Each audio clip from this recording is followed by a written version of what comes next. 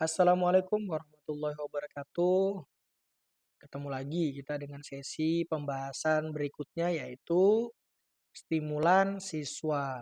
Pada sesi sebelumnya kita sudah jelaskan bagaimana alur untuk unggah data melalui akun sekolah.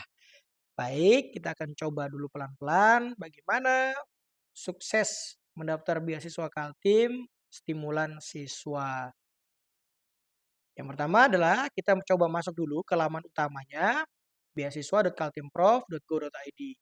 Yang harus diperhatikan adalah lihat dulu informasi-informasi yang tersedia. Jadi bagaimana kita mau mendaftar itu lihat dulu informasi tersedia. Seperti ini, saya berikan contoh gambarannya ya. Di depan itu sudah tersedia untuk alur mekanismenya seperti apa pendaftaran itu. Dari mahasiswa, kemudian dari stimulan siswa, seperti apa nih sudah ada penjelasan dasar. Yang kedua, di pengumuman ini juga jangan dilewatkan ya, dibaca dulu pengumuman-pengumumannya seperti apa. Ini ada daerah terdepan, terluar, dan terpencil. Ini seperti apa? Yang daerah mana saja yang dimaksud ini ada di sini nanti. Dibaca saja dulu. Kemudian dari tanggal berapa pendaftaran sampai tanggal berapa penutupan juga silakan disimak. Ini banyak banget ini. Tinggal ditampilkan semuanya, maka informasinya seluruh informasi yang ada sudah ada. Nih, sudah tersedia semua ya. Oke, kita akan coba dari awal dulu. Ini yang sering dilupakan. Mulailah dari awal, yaitu dari syarat dan ketentuan. Jadi sebelum mendaftar, yuk kita baca dulu syarat dan ketentuan. Mari kita baca untuk beasiswa Kaltim Stimulan Siswa. Jika ingin mengunduh data ini, maka bisa diambil di pop up-nya itu ya, pop out-nya itu tinggal di-download saja. Di-download, nanti dia akan diarahkan ke drive dan tinggal diambil, disalin. Kita akan coba dulu sedikit demi sedikit mengurai, menjelaskan atau bagaimana yang dimaksud pendaftaran beasiswa Kaltim untuk kategori siswa, stimulan siswa ini apa saja gitu kan. Kita akan coba lihat dulu ini ya dia. Ini jenis beasiswa stimulan siswa itu ada umum, khusus, dan sertifikasi keahlian. Yang umum ya, umum itu ada prestasi akademik dan non-akademik. Sedangkan yang khusus itu beasiswa stimulan siswa untuk kategorinya miskin, anak berkebutuhan khusus, berasal dari daerah terdepan, terluar, dan tertinggal atau yang biasa kita sebut 3T, anak atau cucu veteran, anak korban kekerasan dalam rumah tangga. Ingat ya, maksimal usia 21 tahun saat mendaftar. Lewat dari itu ya nggak bisa. Kemudian penghafal kitab suci Al-Quran, hafidz, hafidzohnya ini. Dari juz 1 sampai 30. Jadi kalau sudah hafal juz 1 ya sudah boleh daftar, nggak apa-apa ya. Yang terakhir adalah berdasarkan pertimbangan kejadian khusus. Nah ini dia. Untuk yang sertifikasi, ini bagi SMK ya, bagi SMK. Jadi bukan bagi SMA maupun SLB.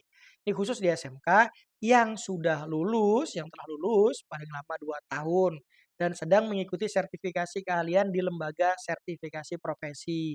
Itu yang kategorinya P3 loh ya. Oke, ini. Kapan ini nih seperti ini jadwal nih.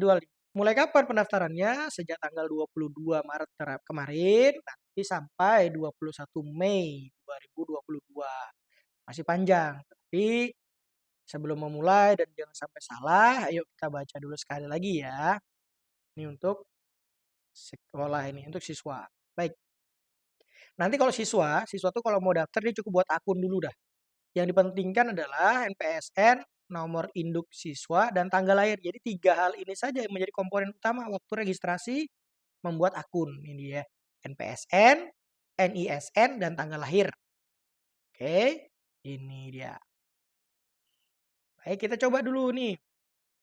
Ini ada materai bermaterai ya. Ini pos foto 4x6 seperti itu.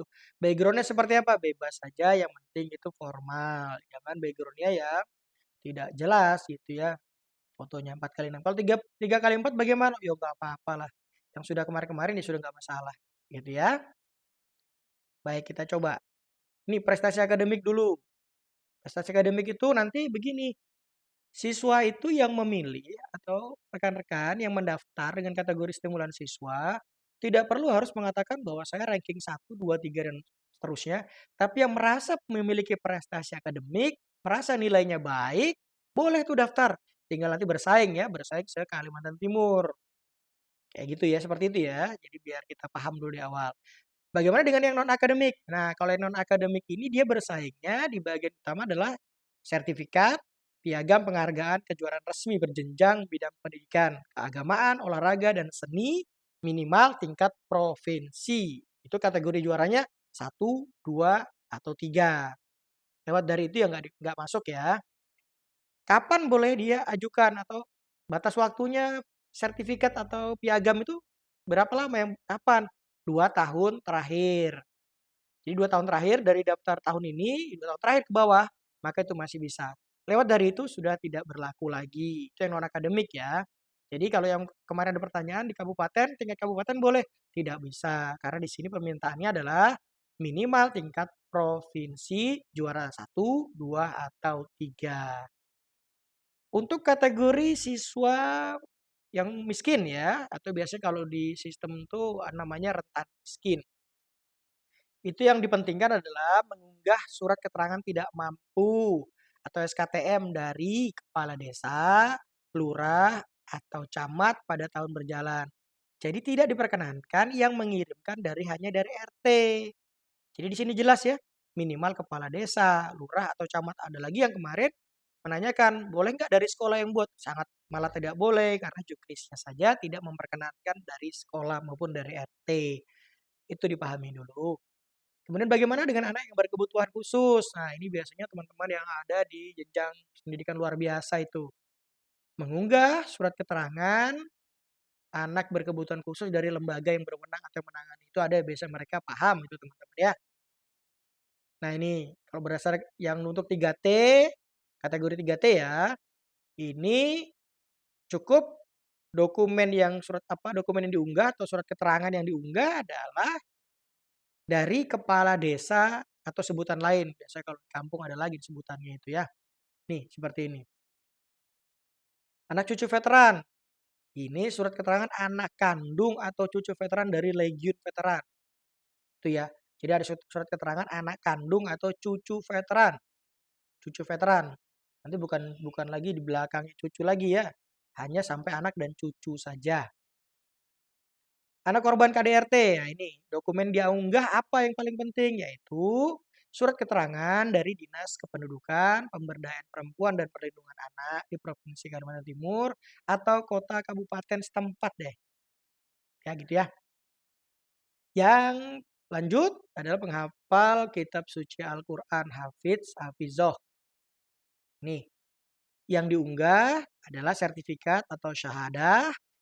Jadi juz 1 sampai juz 30 artinya ada yang sudah menguasai juz 1 juga sudah boleh sampai juz 30 atau 1 sampai 30 juz. Ini lembaganya yang betul-betul sudah ditunjuk ya, yang sudah artinya sudah terkait itu untuk melegalisir yang mengesahkan. Kemudian jangan lupa sertifikat atau syahadahnya diterjemahkan dalam bahasa Indonesia. Nah, kalau untuk berdasarkan pertimbangan khusus atau kajian khusus ini surat keterangan atau surat pertimbangan dari gubernur dan atau wakil gubernur. Untuk lulusan SMK yang tadi ya, yang telah 2 tahun lulus dan sekarang sedang menjalani sertifikasi keterampilannya dia di lembaga sertifikasi profesi kategori P3 ya, itu boleh juga. Tapi bagaimana dia nanti untuk mendaftar? Tetap melalui sekolah yang meluluskan yang bersangkutan. Jadi lapor ke sekolah, balik sekolah untuk minta didaftarkan atau minta diinputkan datanya. Oke, nah ini dia. Baik, kita akan coba dulu masuk ke laman yang utama, yaitu laman untuk di login. Jadi gitu ya, setelah syarat ketentuan kita baca, kita pahami betul-betul, koordinasi dengan pihak sekolah, data sudah di-input, barulah kita coba login untuk siswa. Oke. Oke, untuk login ke siswa kita akan lanjutkan di sesi berikutnya.